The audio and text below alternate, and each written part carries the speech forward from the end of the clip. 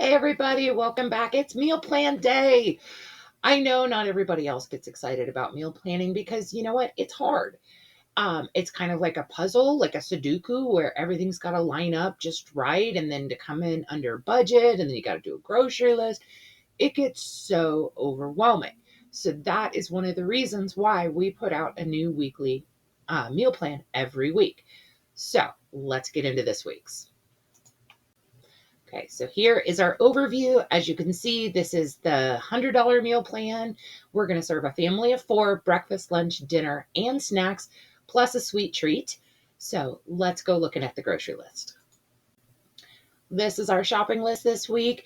We changed things up a little bit. We normally shop at the Walmart Supercenter, but this time I wanted to try a neighborhood market because they are a little different than a regular supercenter. They're smaller because they have less departments. In the grocery section, they tend to have less choices and they tend to have more local choices. So, with that, sometimes the prices are a little bit higher. We chose the neighborhood market in Bellevue, Washington, which is a high cost of living area. The total came out to $95.98. So it did definitely come in under 100. Now, depending on where you live, you could easily get this down lower. And if you check your pantry, your fridge, your freezer, you probably have some of these items already. So you can just cross those off the list. Now, I'm going to put a link below to all of the slides, which will have all of the meals, all the recipes, the shopping list. You can actually go there and print out your own version. And I just figured out how to make a link directly to Walmart where you can see the full grocery list and you can just go down the list and go add to cart, add to cart. Super simple. So you don't even have to look up each item. So let's get a little further in. Just in case you're not familiar with all the items on this list, I've included some visuals of the ones that we did. You can see all the visuals on that list I just mentioned. And just remember that not every brand is available at every store. So your prices could be a little different depending on what brand is there.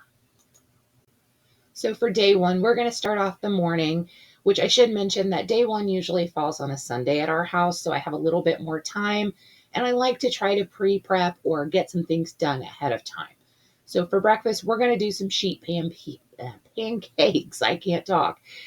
This is super, super simple and you can customize this. This is just a very basic recipe because I wanted you to have this. But if you go looking in your pantry and you find that you have chocolate chips or you have sprinkles or any kind of fruit, you can totally make your sheet pan pancake and then put some different toppings on there. And then boom, you've got a whole new fun breakfast. The other great thing is that this easily makes, we're talking about a good baking size sheet. So for us, it makes about 12 portions, maybe more, depending on how much you eat. And then, so whatever you eat on Sunday morning, you're just going to go ahead and pack up what's left over. And then either the next day or, maybe Wednesday, you decide, oh, let's do pancakes. I don't have time to make anything. These easily can be just popped in the microwave for a couple seconds. I like to flip them over, do them again. And then we're just going to do some super simple cinnamon apples that you do on the stovetop. And we're going to do this instead of syrup because, fun fact, I actually don't like syrup. I know a lot of people do, so if you already have it in your fridge, you could easily use that.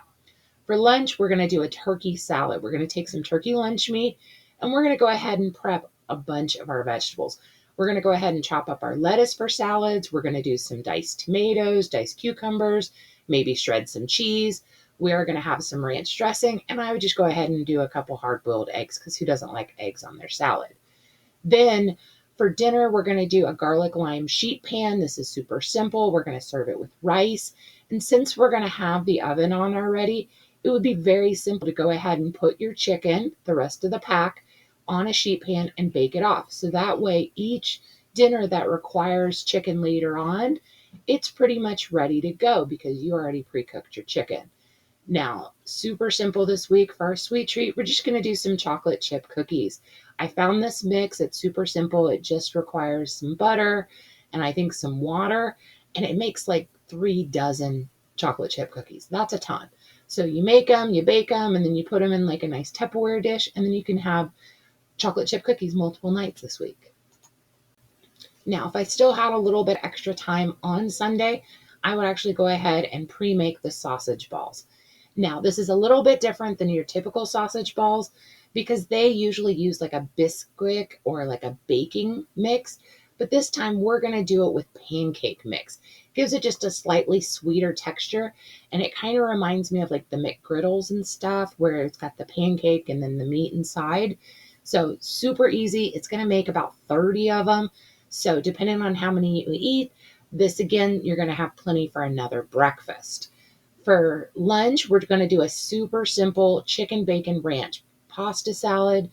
I put in a can of just the chicken. Just make sure you drain it and rinse it real good and it'll get any of that metal flavor out. Just because at this point you may or may not have cooked all your chicken. So I wanted to give you an option that didn't rely on leftover chicken. And then we are going to use some pre-cooked bacon for this. You usually get about 10 slices in a box. So I would use probably 3 or 4 slices and just chop it up real fine. For dinner, this is a great way because people are always talking about how do I get more vegetables in my kids. So we are going to either grate zucchini or I like to just put it in the food processor, you know, chop it all to heck and then mix that in with my burger meat and form my patties. Now, 1 pound of meat, I like to go more on the thinner side so you can easily get like 6 to 8 hamburgers out of 1 pound. Just remember, the bigger the burger, the longer it takes to fully cook. And I'm going for quick, so I would rather have very thin burgers. And then we're just going to do some home style fries with this. We've done this a couple times and they're super easy and they're always yummy. For day 3, you can see we're going to do those sheet pan pancakes. We're just going to reheat them. We're going to have some leftovers for lunch. And then for dinner, this is a nice like twist on a classic. Instead of enchiladas with tortillas, we're going to use cabbage leaves. So similar to like a more Italian style cabbage rolls, you're going to boil your cabbage and then you're going to take you really want about 12 good sized leaves and then whatever is left of the cabbage, you're going to go ahead and put that in a Tupperware and save it because we're going to use it on another meal. And then you're going to roll up some chicken breast with some frozen corn and some cheese. And then you're going to pour your enchilada sauce all over. And it is so good. Now, I put that we're going to serve this with rice, but if you're, don't eat a ton, you can actually skip the rice on here and that would be fine. Totally up to you. Day 4 is another just reheat breakfast, super simple. For lunch, we're going to do some baked potatoes. Now, baked potatoes are my absolute favorite thing for lunches, and it's because you can put a surprisingly different amount of toppings on it to make it completely different and new. And what I mean by that is if you have some of those burgers left over, like maybe you only have 1 or 2 burgers left, but you're trying to feed 4 people, I would just kind of crumble them up and chop them up and then use that on top of your burgers because really half a burger is more than enough meat to go on a potato. You could also use some of that pre-cooked bacon.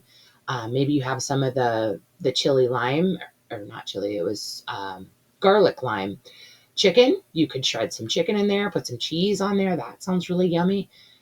Maybe after your enchiladas, you still had a bunch of sauce in the pan. We'll go ahead and save that sauce. Put that on your potatoes with some cheese and some sour cream. That actually sounds really awesome. Anywho, for dinner this night, we're going to do a smoked sausage and mushroom pasta. Now, this is kind of a twist on a classic because instead of having to use like heavy cream or stuff to make a very heavy sauce, this is going to be a lighter sauce, but it's still going to have that Parmesan cream flavor. And then I love this pasta the next day because it's kind of soaked in all that sauce. Super yummy. Day 5 for breakfast, we're just going to do super simple. We can do some hard boiled eggs with some cinnamon toast. The eggs can easily be made the night before or a couple of days before. You just go ahead and make them and take the shell off and then put them in a container and then you just pop them out and they're ready to go. For the cinnamon toast, I'm usually making cinnamon toast for multiple people. So I just take a little bit of butter, go ahead and mix in a little bit of sugar, a little bit of cinnamon, and then as the toast is popping out of the toaster, slap on some of my pre-made butter. It's fabulous. For Lunch, we're going to do leftovers again. For dinner, this is just, I love pizza, to be honest. I absolutely adore it. But I always try to find different ways to mix it up and do some twists. So today we're going to do pita pizzas, okay? So you take your pitas, you're going to put them out on a sheet pan. You're going to top them with some barbecue sauce, top them with some shredded chicken, some cheese, and it's so yummy. And it's honestly, it's even quicker than doing like a frozen pizza because those take like 20-25 minutes. This one, it probably takes you like 7 minutes to assemble it, and then it only takes like 8 minutes in the oven. So super quick. And then we're going to do a side salad with that. But remember, we already prepped all of our salad stuff. So this is just one of those super quick and breezy dinners. Now, I've put some snack ideas here because we're going to have some items that are left over. So easily can do things like carrots and celery with ranch, turkey and cheese. I like to roll them up, or my kids just like to have kind of like the snackle plates where you just have some different pieces there. That cinnamon toast that I mentioned for breakfast easily works as a snack, and there's a couple other there. Now, day 6 usually falls on a Friday for me, and honestly, by Friday night, I've just gone through a whole week. I'm tired. I just want to throw stuff in a pan and make it work. So we usually do a one pot meal, and this is where that comes in. We're going to do a bean and pasta fagioli style soup, okay? And basically that means we're going to use up some vegetables. We're going to have 2 different types of kidney beans. We're going to use half a box of macaroni noodles. And then we're just going to, this is the ultimate leftover meal because all of those leftover veggies from the week, even like the diced tomatoes for the salad, you've got extra of those, you're going to throw those in as well.